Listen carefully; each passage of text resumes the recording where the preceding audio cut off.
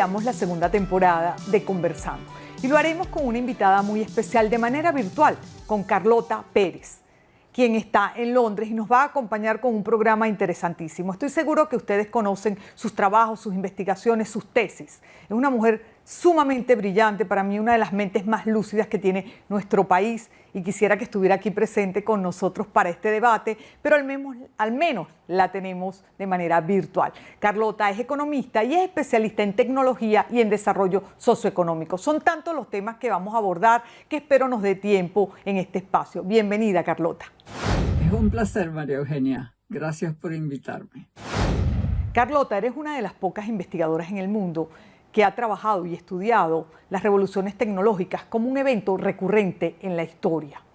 ¿Cómo te enfocaste en este tema y cómo llegaste a este punto en tus investigaciones? No me vas a creer, María Eugenia, pero todo comenzó con la crisis energética. Por allá a mediados de los 70, a mí se me dio la tarea de averiguar cómo iba a cambiar la tecnología con el cambio de los precios del petróleo. ¿Y cuál no sería mi sorpresa cuando descubrí que absolutamente todas las tecnologías, empezando por el automóvil, pasando por supuesto por la aviación y todo lo que fuera transporte, pero también toda la electricidad en la casa, todos los aparatos eléctricos, los plásticos que son petroquímicos, la agricultura, los herbicidas, los pesticidas, todo era petróleo, petroquímica, refinación, etcétera. Todo era petróleo. El modo de vida americano era petróleo. Y eso era la aspiración del mundo. Entonces, ¿qué pasaría si cambiaba el precio del petróleo? Bueno, pues resulta que descubrí en esa misma época, desde el 71, teníamos el microprocesador. La electrónica barata, la microelectrónica barata. Y entonces pensé, puede que eso transforme la tecnología completamente. Y así, buscando y buscando, empecé a averiguar que sí era posible que la microelectrónica barata reemplazara al petróleo barato como orientación tecnológica. Y gradualmente fui descubriendo las teorías sobre ondas largas, las teorías de Kondratiev, de Schumpeter, de Christopher Freeman, sobre cómo las tecnologías cambiaban en gran escala, o sea, todas las tecnologías a la vez con las revoluciones tecnológicas. Y de allí en adelante, pues hasta el día de hoy, estoy estudiando cómo ocurren, cuáles son los patrones recurrentes. ¿Qué es lo más relevante en tus investigaciones? Una cosa muy importante es que descubrí que la primera mitad, las primeras décadas, son controladas por las finanzas. Y se da la desigualdad, todas estas cosas que hemos venido viviendo, hasta que por fin como que el sistema empieza a encontrar dificultades y aparecen los populistas, la gente resentida. Y la segunda mitad es cuando se dan las épocas de oro. Es cuando viene el Estado y se apoya en el capital productivo y genera el bienestar que no se pudo dar al principio. Las épocas doradas entonces son las que vienen en la segunda mitad. Eso es una muy buena noticia porque eso significa que si los políticos tienen la inteligencia y la capacidad para llevar el cambio a cabo, podríamos tener una revolución tecnológica, una época dorada de esta revolución tecnológica por delante. Carlota, ¿podríamos afirmar que los efectos globales que nos ha traído la pandemia o nos ha dejado la pandemia serían equivalentes a los resultados de una guerra mundial? Bueno, en un sentido sí y en otro sentido espero que no. Obviamente las guerras mundiales destruyen muchísimo y lo que se trata es de reconstruir. Afortunadamente, todavía hemos logrado que el cambio climático no nos destruya todo para tener que reconstruirlo todo. Tenemos que hacer un cambio muy grande. Y por eso sí es importante entender que lo que ocurrió después de la Segunda Guerra Mundial fue que los gobiernos, los estados reentraron al juego de manera proactiva y empezaron a resolver todos los problemas que se habían creado en los años 20, en la guerra, en los años 30, con la depresión, creando lo que se llamó el estado del bienestar, fundamentalmente, por supuesto, en Estados Unidos y Europa. ¿Esto fue consecuencia de la guerra? Eso fue resultado de la guerra en algún sentido. En otro sentido, es lo que ha pasado en todas las revoluciones anteriores sin que hubiera una guerra. Porque lo que ocurre en ese periodo del medio entre la época de instalación controlada por las finanzas y la época de la época dorada, donde el capital productivo y el Estado son los que llevan la batuta, es que siempre ocurre que se está respondiendo a una especie de crisis del sistema. Sin duda alguna. Porque hay una cantidad de víctimas. Las revoluciones tecnológicas eliminan empleos, eliminan industrias completas, destruyen regiones, porque los cambios son lo que llamaba Schumpeter destrucción creadora, donde lo nuevo ocurre destruyendo lo viejo. Por eso es que viene el capital financiero a quien no le importa en qué invierte y es el que impulsa todo el cambio contra la inercia y la resistencia de los que tenían éxito en la revolución anterior. Entonces, Carlota, ¿qué podríamos decir que ha significado los efectos del COVID-19 y de la guerra europea?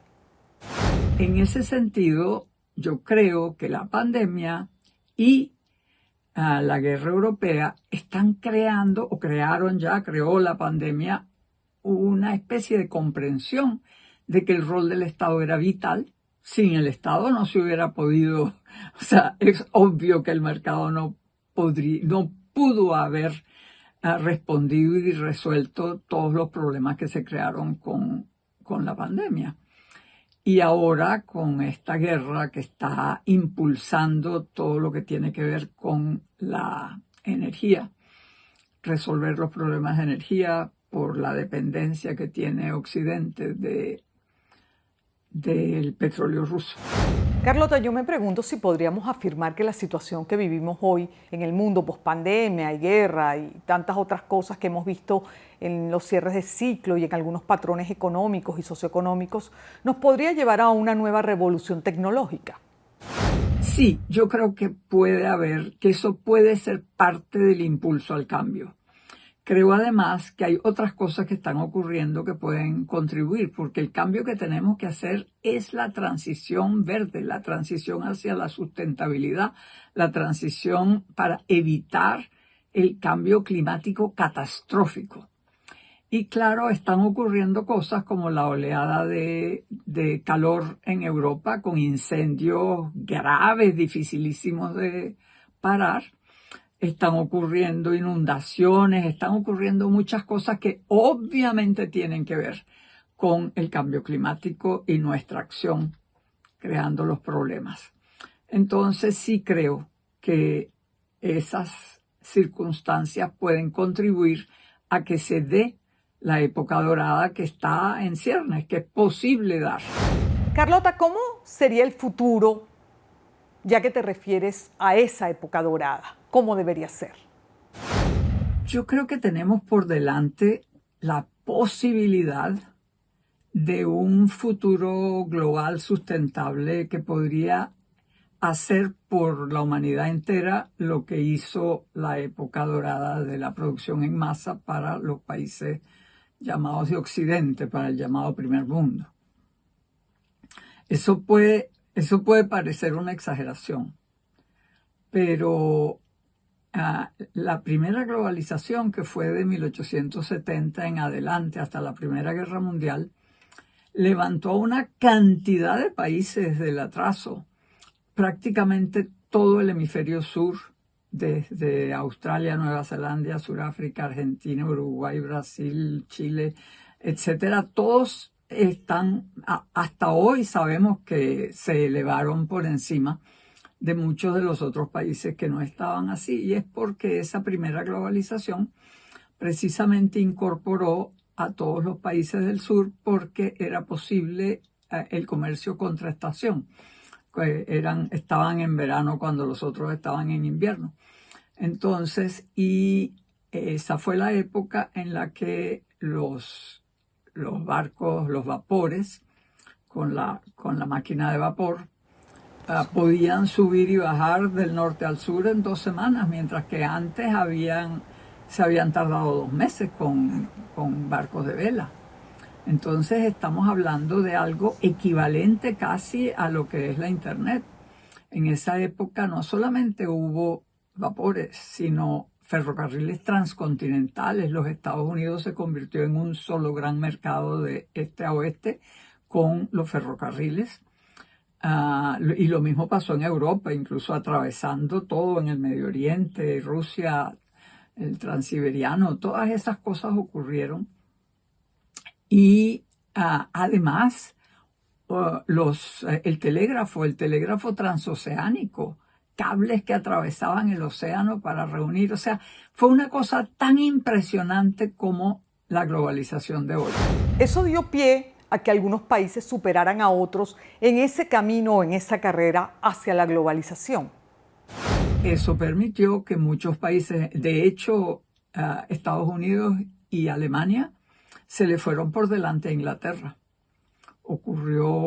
Ellos se fueron adelante, entre otras cosas, porque Inglaterra se estaba ocupando de la globalización, se estaba ocupando del comercio mundial, de financiar todas las inversiones en infraestructura, los puertos, las minas, todas esas cosas, mientras que Estados Unidos y Alemania estaban avanzando con la industria, con las cosas nuevas, con la electricidad, con la química y los nuevos bienes de capital. Y en Estados Unidos, claro, por ejemplo, la mecanización del campo, porque, claro, ellos le iban dando la tierra a la gente prácticamente gratis a cambio de que la sembraran.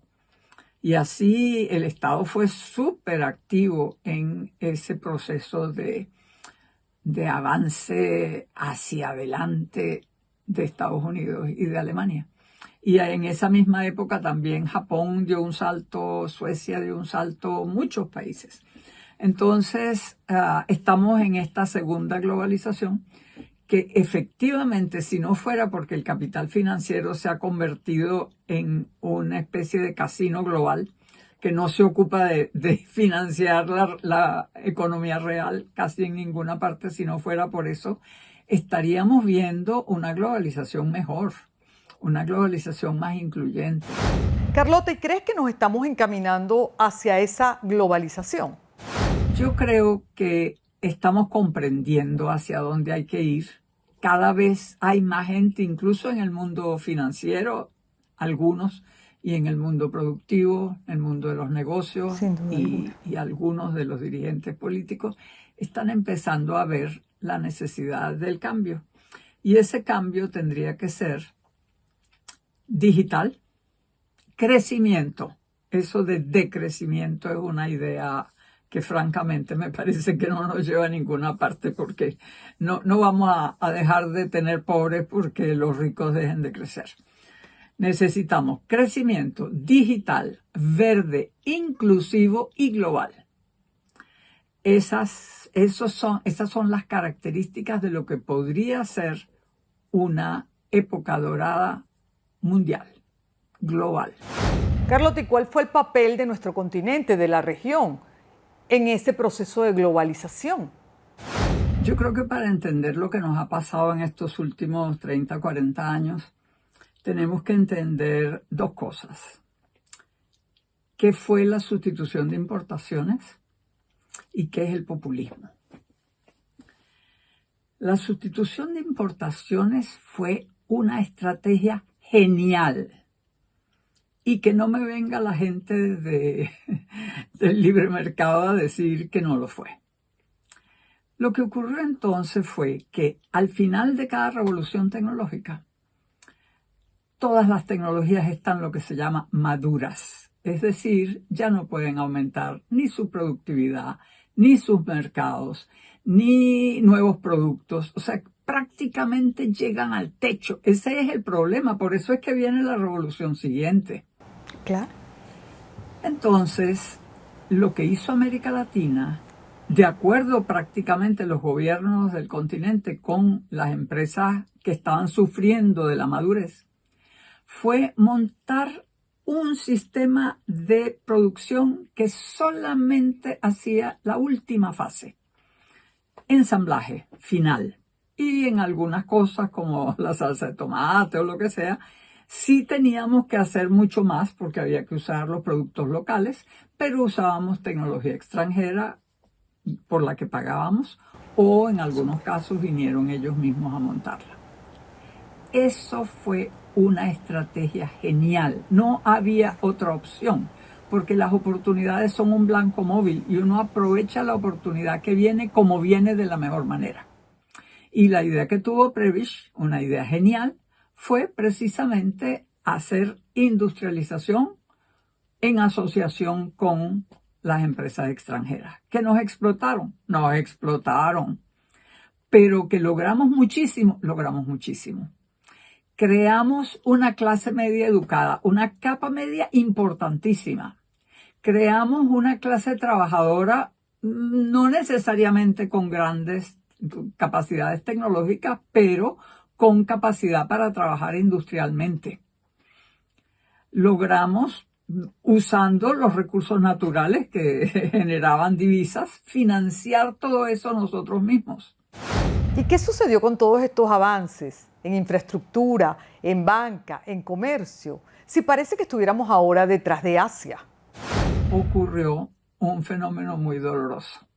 Y es que en lugar de buscar la manera de hacer el tránsito de esa industria protegida que ganaba mucho dinero sin hacer innovación, que en realidad no se desarrolló tecnológicamente, excepto los recursos naturales y la industria de procesamiento, todo lo que era agroindustria y las cosas químicas que hicimos, esas no se pueden hacer solamente el pedacito último del ensamblaje. Entonces, toda esa herencia de la sustitución de importaciones se perdió con una cosa que ocurrió muy dura. Y fue que en nombre de la globalización y en nombre del libre mercado, hubo que quitar todas las protecciones, todo aquello que ayudaba a la industria a florecer. Y claro, eso destruyó las esperanzas de mucha gente. Y eso es lo que nos va a llevar al populismo. Porque resulta que la globalización nunca llegó a América Latina. La globalización se fue a Asia, incluso a una partecita de África, pero a nosotros no nos llegó nada. El norte de México, pero aparte de eso prácticamente nada. Carlota, antes mencionaste que era necesario entender el populismo como fenómeno político para entender a nuestro continente. ¿Qué es para ti el populismo? Yo diría que es algo así como la cosecha del resentimiento. Cuando a mucha gente se le caen las esperanzas, cuando piensan que aquello que creían que iba a ser su futuro y sobre todo el futuro de sus hijos ya no existe, que todo se derrumbó, que ya no tienen esperanza. Eso genera un ambiente de resentimiento y de rabia. Y vienen líderes mesiánicos. Este fenómeno, bien sea de izquierda o de derecha, no importa, es la rabia. Eso es el populismo, es recoger eso. Ahora, ¿por qué ocurre? En las revoluciones tecnológicas, normalmente, después de los grandes booms y los colapsos financieros, se revela Sin duda alguna todo el desempleo, la destrucción, todo lo que mencionamos antes sobre lo que es ese periodo difícil entre la instalación, donde vienen todas las nuevas tecnologías a reemplazar las anteriores, y el periodo de despliegue, la época dorada, cuando el bienestar se hace posible y los líderes saben lo que tienen que hacer, digamos. En América Latina hay graves diferencias. Lo estamos viendo en las últimas elecciones y en las últimas situaciones del continente. Hay rabia, hay frustración, hay resentimiento. Entonces tendríamos que preguntarnos a qué se debe, o si se debe a eso, la aparición del populismo. Ocurrieron dos cosas que generaron el mismo tipo de resentimiento que genera una destrucción creadora tipo revolución tecnológica. La primera fue que la sustitución de importaciones, que había creado muchísimos empleos, que había creado un ambiente de posibilidades, que había hecho surgir esa clase media de la que hablamos y una clase trabajadora que tenía ciertas capacidades y un nivel de vida ya respetable. Claro que teníamos todavía la economía informal, pero la economía informal tenía de qué vivir porque había un bienestar general. ¿Qué pasa con la obligación de abrir los mercados, quitar toda la protección? La protección era la base fundamental de la sustitución de importaciones, porque obviamente si tú lo que estás haciendo es solamente el ensamblaje final de tecnologías maduras en condiciones probablemente de baja productividad, era necesario tener protección. Y efectivamente la protección mantuvo una cantidad de empresas que hubieran sido no competitivas en el mundo, logrando producir y vender y ser altamente beneficiosas. ¿Por qué el mercado asiático sí logró consolidarse? Lo primero que tenemos que entender acerca de las oportunidades es que las revoluciones tecnológicas hacen de ellas un blanco móvil. Ya les decía que la sustitución de importaciones fue un aprovechamiento genial de una oportunidad específica que fue la madurez de las tecnologías de la producción en masa, de la producción en serie, de todo lo que fueron los electrodomésticos, el automóvil, etc.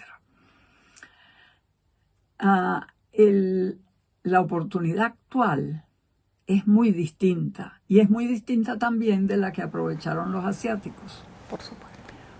La que nosotros perdimos totalmente, que fue la que aprovecharon ellos, fue los periodos iniciales de la revolución de la informática, de las TIC. Lo que ocurre en términos de cuándo puede uno entrar a una tecnología es que los dos momentos más fáciles son al final, que fue la que aprovechamos con sustitución de importaciones, y al principio, que fue la que aprovecharon ellos. Da la casualidad que el final de unas tecnologías y el comienzo de las otras coinciden en el tiempo, pero nosotros entramos temprano, antes de que fuera visible la revolución informática. Ellos entraron justo cuando era obvio. Entonces usaron muchas de las tecnologías anteriores y las modernizaron con las nuevas tecnologías de TIC y además con la organización japonesa y varias otras cosas. ¿Qué oportunidades tenemos ahora?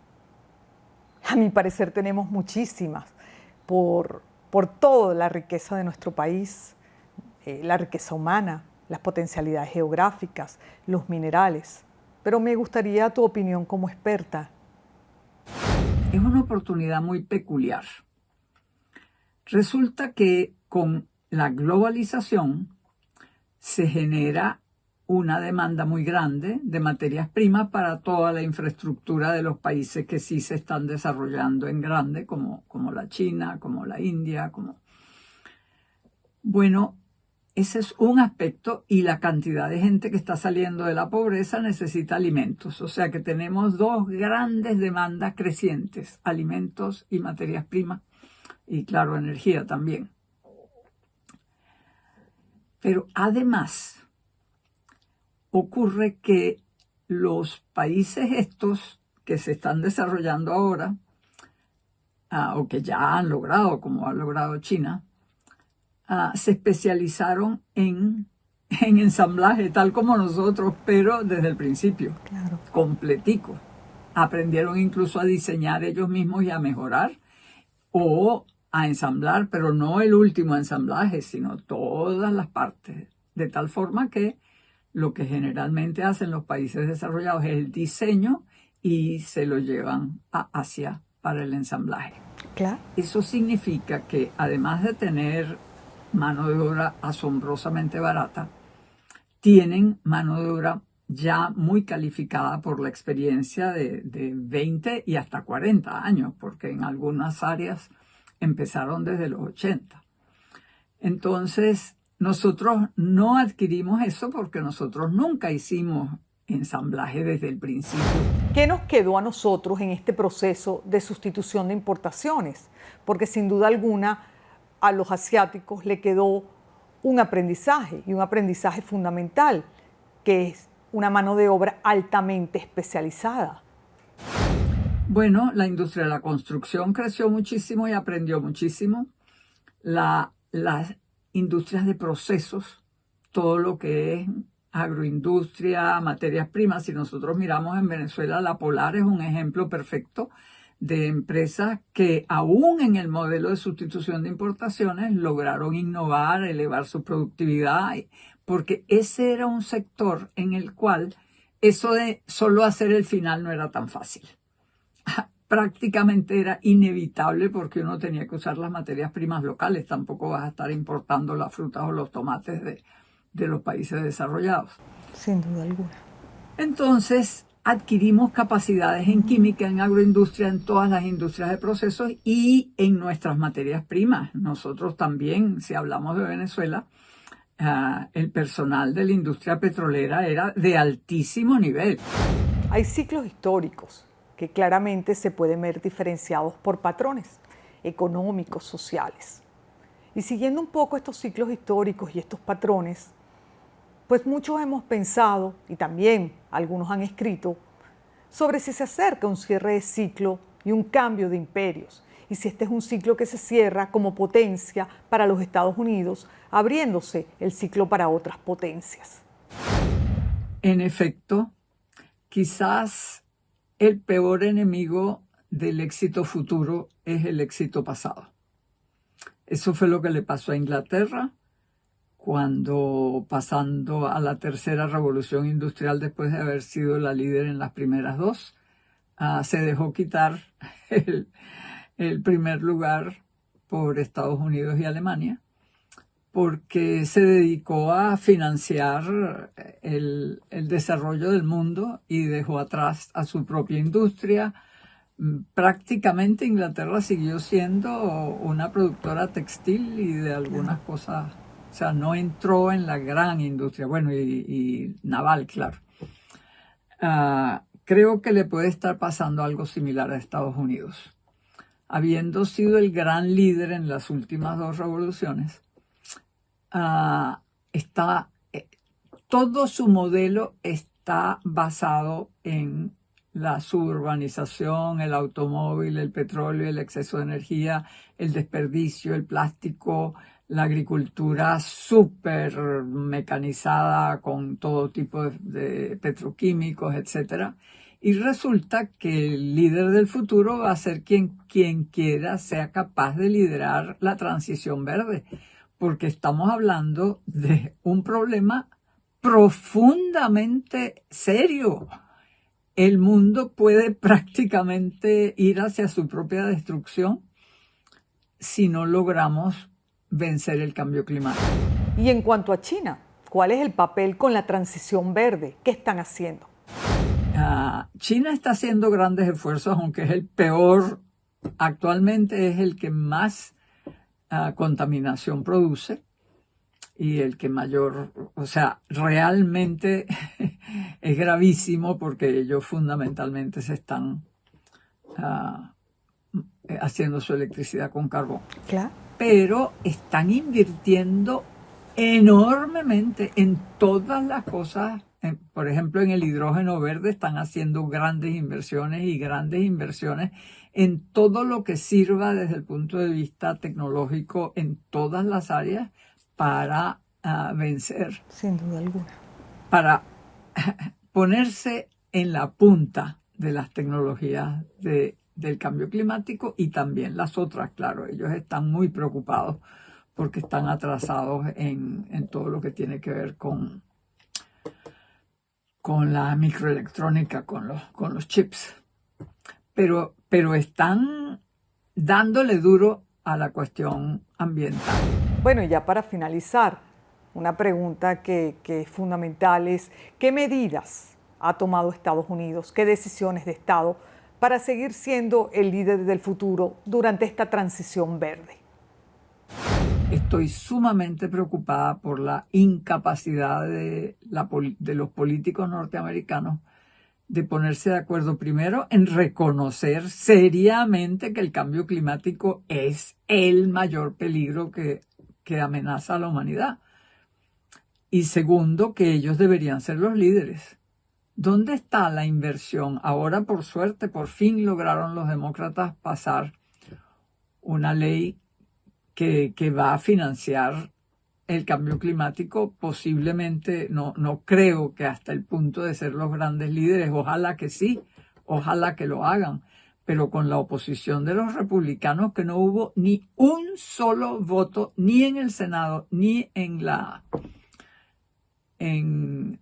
Cámara de Representantes, ni un solo republicano votó a favor de esta ley, porque ellos siguen amarrados al mundo del petróleo, al mundo del carbón, y no han entendido como sociedad, no han entendido como dirigentes políticos que la transición climática es no solamente el problema más grande, el reto más grande que enfrenta la humanidad, sino la mejor oportunidad para ser los líderes mundiales tecnológicos, porque esas son las tecnologías que hay que desarrollar ahora, tanto usando las TIC como usando la ciencia de materiales, como usando la biotecnología. Es un mundo entero de transformación que tiene que ocurrir ahora y que no creo que estén ellos reconociendo que esa es la base de su futuro éxito. Están demasiado seguros de que su liderazgo en el área informática y en petróleo les va a dar el liderazgo mundial.